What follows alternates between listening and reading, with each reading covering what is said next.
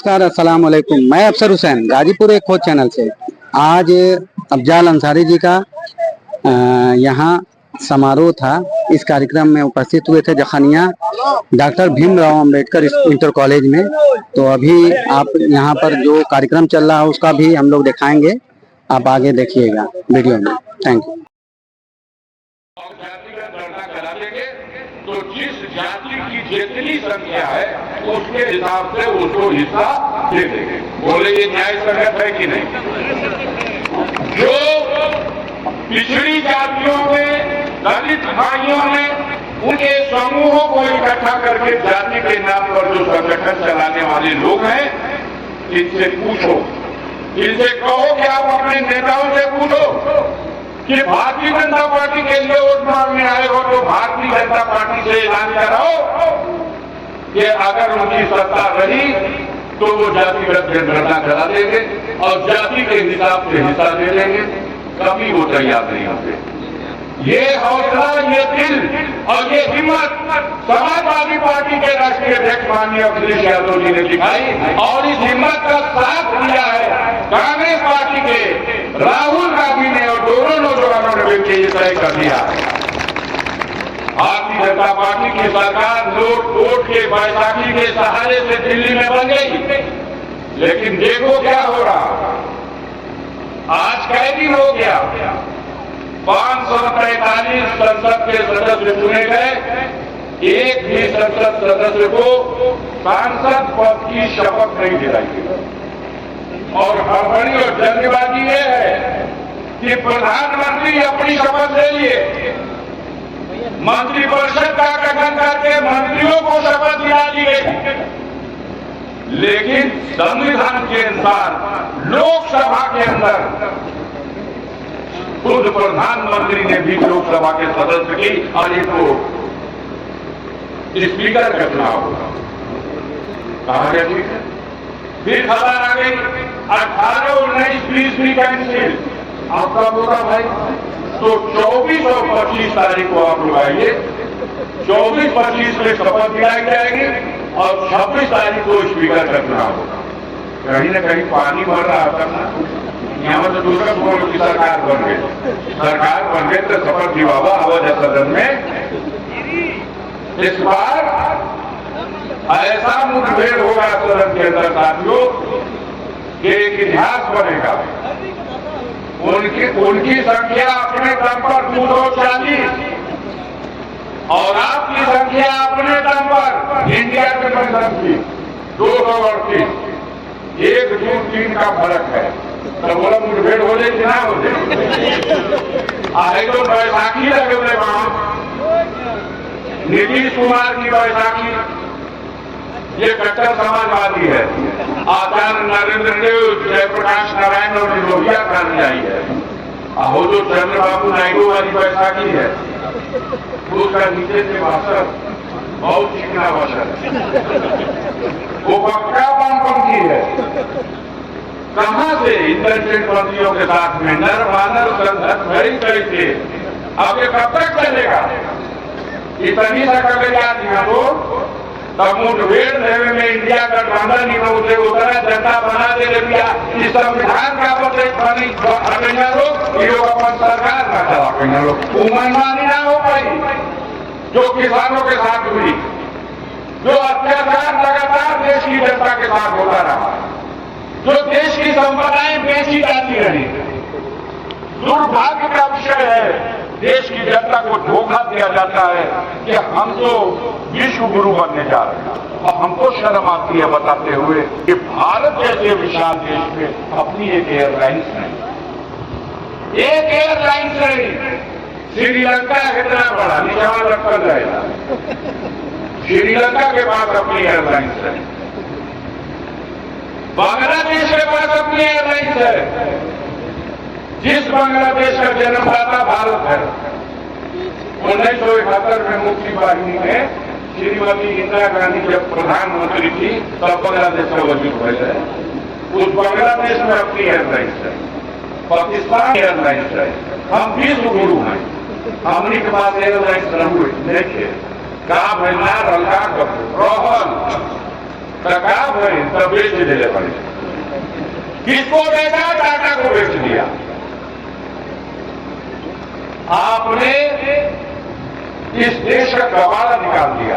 अब देश की जनता बर्दाश्त करने वाली नहीं है साथियों। अभी तो निशाना 27 को बनाइए। मैं पूरे यकीन से कहना चाहता हूं 27 को प्रदेश पे कब्जा करो, 27 में दिल्ली की सरकार गिर जाएगी, 28 नहीं देख पाएगी। अभी तो जोर कोर्ट के चलेगी, हो सकता है इस बीच में भी बैसाखी स्लिप हो जाए। नीचे संगमरमर का पत्थर का फर्क है, कब स्लिप कर जाए होना है। बड़े बाबा के मना वो एक प्रकार के लड्डू चढ़ा दिए। तो साथियों, ऐसे हालात में समाजवादी पार्टी के कार्यकर्ताओं नेताओं से हाथ जोड़ के विनती है। हमारे नेता माननीय अखिलेश यादव ने कहा है, आप समझदार हो, ये जीत आपकी जीत है, लेकिन इस जीत में आपकी सहायता करने के लिए जो लोग मददगार हुए उनका भी सम्मान होना चाहिए, उनकी भी कदर होनी चाहिए, उनका भी इज्जत होनी चाहिए। जिन्होंने आपके मांगे बगैर भी दिया उनकी और ज्यादा इज्जत और कदर होनी चाहिए। और खास तौर से गरीब समाज के लोगों से मैं सीधा इस मंच से संदेश और पैगाम देना चाहता हूं कि आपकी फरियाद प्राथमिकता पर सुनी जाएगी। जो लोग भटके गिरा गए, जो लोग गुमराह रह गए, जो लोग ये फैसला नहीं ले सकेंगे चुनाव तक कि हमको क्या करना है और गुमराही में रहे, उनको भी मैं आवाज देता हूं और अपने कार्यकर्ताओं से कहता हूं तो उनको समझाने की कोशिश कीजिए। जब लोकसभा में एक भी प्रतिनिधित्व करने वाला नहीं होगा बहुजन समाज पार्टी का, जब विधानसभा में एक भी प्रतिनिधित्व करने वाला नहीं होगा बहुजन समाज पार्टी का, तो बहुजनों के हित की रक्षा के सवाल पर कैसे लड़ेगी बहुजन समाज पार्टी? उनके हितों की रक्षा करने का पूरा दायित्व माननीय अखिलेश यादव जी ने अपने हाथों में लिया है। मैं गारंटी के साथ कहता हूं, समाजवादी पार्टी और समाजवादी पार्टी के कार्यकर्ता आपको सम्मान भी देंगे और आपके हितों की रक्षा के लिए खड़े भी रहेंगे। कल अगर सरकार बनी तो आपको बराबर की हिस्सेदारी और साझेदारी भी देंगे। इन्हीं बातों के साथ आप सबके प्रति बहुत बहुत आभार प्रकट करते हुए तमाम उन साथियों का जो बैकवर्ड क्लास के, मोस्ट बैकवर्ड क्लास के, या समाज के बुद्धिजीवी वर्ग में भी बहुत बड़ी संख्या है उनकी भी, जो समझदार लोग हैं, जो पढ़े लिखे लोग हैं, जो अंधभक्त हैं, उनको भूल जाओ। लेकिन जो सूझबूझ रखने वाले लोग हैं, जो न्यायप्रिय विचार रखने वाले लोग हैं, ऐसे लोगों की भी कदर होनी चाहिए जिन्होंने इस लड़ाई में आपके साथ चल करके 2 कदम आपका साथ देने का काम किया। मैं अपनी तरफ से सभी साथियों को बहुत ढेर सारी शुभकामनाएं और बधाई। खास तौर से आज का मैं नाम पढ़ना भूल गया था, उस नाम को पढ़ देना चाहता हूँ। जीत के बाद आप जखनिया में उपलब्ध हैं, क्या कहना चाहेंगे? अरे जखनिया मेरा घर है, जखनिया इसी विधानसभा का मैं रहने वाला हूँ। सही ये है कि मैं गाजीपुर का विधायक हूँ, लेकिन मातृभूमि हमारी जखनिया है। दिख नहीं रहे हैं यहाँ, वोट भी हमने मांगा है, हम मांगते हैं, आते हैं और हफ्ता में एक दिन तो अपने विधानसभा को प्रणाम, अपने घर को प्रणाम करता हूँ। हाँ बोलिए। विधायक जी, जिस तरह से लगातार पीडीए का चौपाल लेके आपने चुनाव लड़ा है, कहीं प्रशासन का प्रेशर, कहीं जनता का उत्साह, क्या लग रहा था 24 के आगाज में? देखिए, एक बात मैं बता दूं, जहां जनता का जन सैलाब उभरता है, तहां किसी नेता, किसी भाषण, किसी प्रवचन का काम नहीं करता। यह भ्रम थी कि मोदी जी आएंगे तो हम चुनाव जीत जाएंगे, अमित शाह आएंगे तो हम चुनाव जीत जाएंगे, उत्तराखंड के मुख्यमंत्री जी आएंगे तो हम चुनाव जीत जाएंगे, और सारे चुनाव से यह चुनाव लीड करके हम जीते हैं। यह भारतीय जनता पार्टी के लिए विचारणीय विषय है। हमेशा मैं चलता हूँ, प्रतिदिन 12 बजे तक आवास पर रहूंगा और 12 बजे के बाद क्षेत्र में जाऊंगा। तो यदि इसको चुनाव से जोड़ते हो तो चुनाव तो मैं 12 महीना लड़ता हूँ, मैं जनता को एहसास करवाता हूं कि विधायक पद किसी बनिया की दुकान पर नहीं मिलती है। जनता के आशीर्वाद और जनता जब अंगूठा दबाती है हमारे चुनाव चिन्ह के सामने, तब हमारे जैसे लोग विधायक बनते हैं। इस बात को मैं एहसास करके जनता के बीच चलता हूँ। अभी ये बताएंगे नीट स्कैम के बारे में कुछ बताएंगे?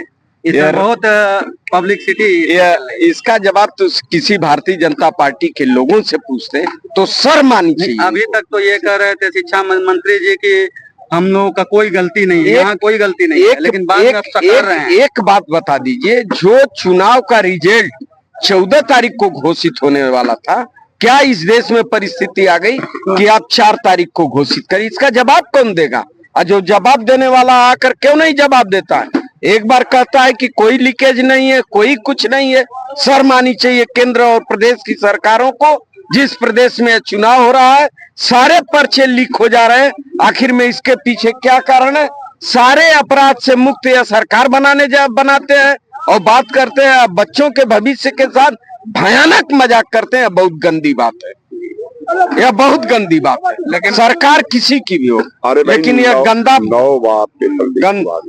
बात बर्दाश्त नहीं। बीच में जो है विशाल सिंह चंचल एमएलसी का एक वीडियो वायरल हो रहा था जिसमें कह रहे थे वो सांसद जी का पोस्टर अगर दिखता है तो मैं राजनीति छोड़ दूंगा।